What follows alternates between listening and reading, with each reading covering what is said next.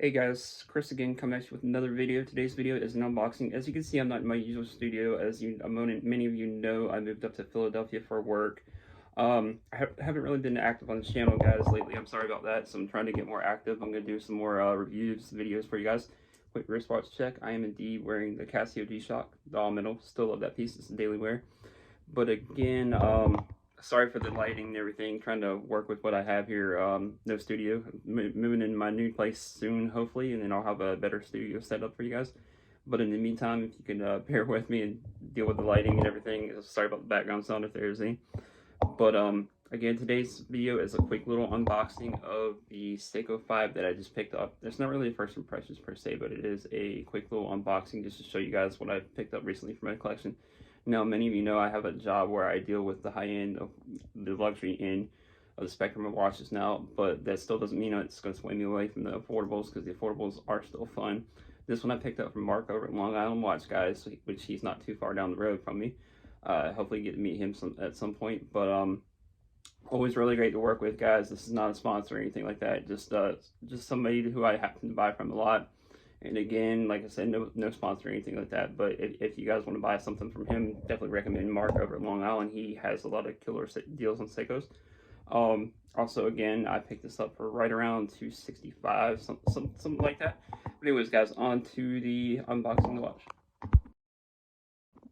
Here is the said watch, and I will definitely have the title of the watch on the thumbnail. As you know, here is the tag that came with it. Reference number SRP077.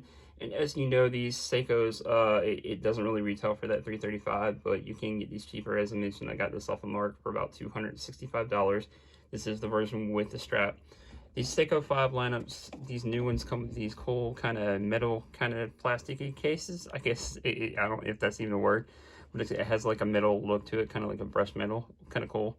Which is cool, and these come in a lot of different iterations, guys. So I just happened to choose this green one, and I really like the green. I will show you guys the watch itself. Again, this is not a first impressions. I've been wearing this watch for a little while now. Been wearing it to work, wearing it out, loving the piece. I kind of dig that green. It's got kind of like a different kind of, almost like an olive green. The one thing I can say is I'm definitely going to have to change the strap out, because the strap is somewhat comfortable, but it doesn't really do it for me. I do like the black ceramic bezel. Now, these Seiko 5s do have some shortcomings as opposed to their predecessors, the SKXs, guys.